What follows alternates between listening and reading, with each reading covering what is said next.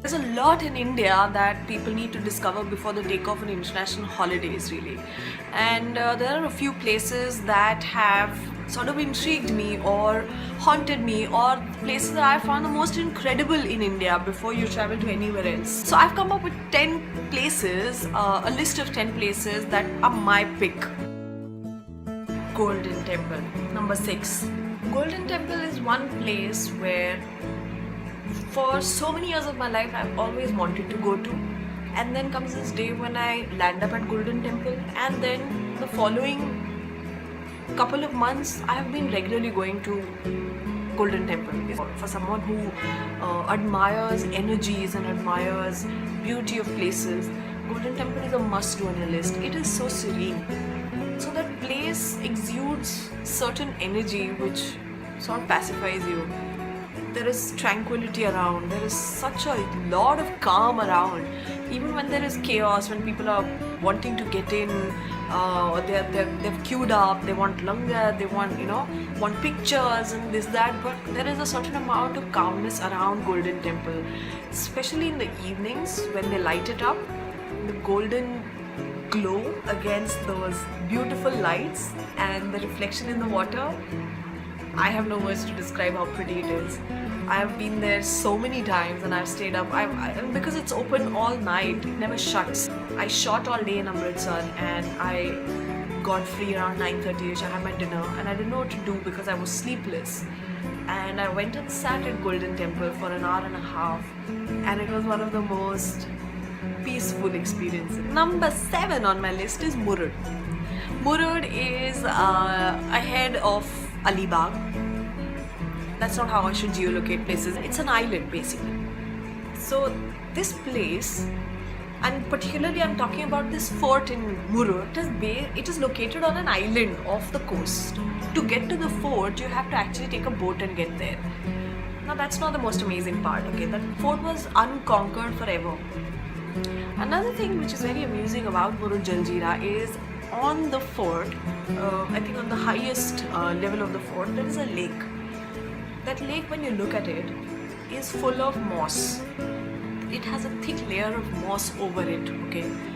And it's ugly, and you know that the water would be slimy and full of algae and full of poop from flying things, probably.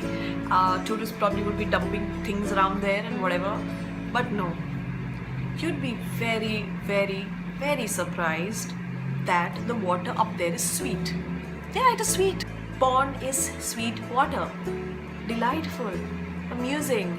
My expressions don't match my words, but you can get the point here. Number 8 is Daulatabad Fort.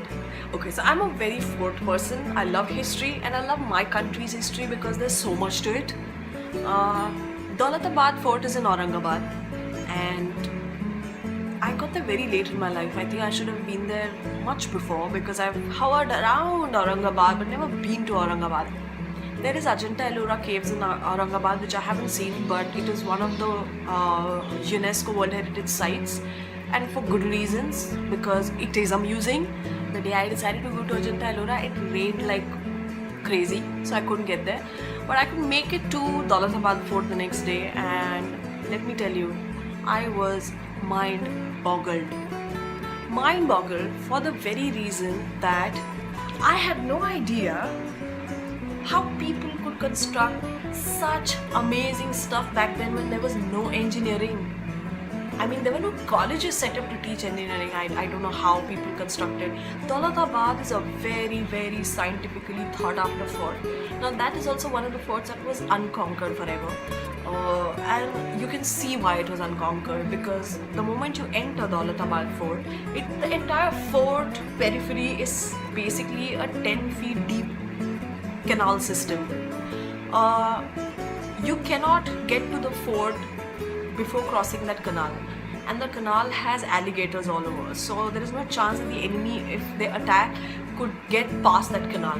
Now chalo, even if you get past that canal, there is a huge door which was some hundreds of tons of iron which you cannot push through even with elephants in your army. So even if you get past that obstacle, there is a Bhool Bhulaiya inside Daulatabad Fort. Now that Bhool Bhulaiya is infamous basically because you cannot get through that Bhool Bhulaiya without having a guide inside. Thankfully now they've shut the doors that basically led to hell. So only the road that leads outside is open, so you cannot be mistaken and you cannot get lost in the Bhool Bhulaiya. And if you're lucky enough to get up till the top, you have the most spectacular view of all of Aurangabad. Believe me, it is totally worth it. It is so beautiful. So Daulatabad in my list comes to number 8 purely because I'm obsessed with forts and Daulatabad stands tall as the best engineered fort for me. Number 9 is Benaras. Benaras is one of the holiest cities in the world. Also, one of the oldest inhabited cities in the world. Okay. For the sheer spectacle of that evening aarti, Benaras enters my list at number 9. And this list is not in any particular order, I'm just randomly telling you places. I've been to a lot of religious places, I have been to a lot of temples, but the kind of energy that Benaras has is unparalleled. The food is good, the people are good, and the evening aarti is a spectacle in itself. You cannot miss the evening aarti. I think it starts around 7 in the evening.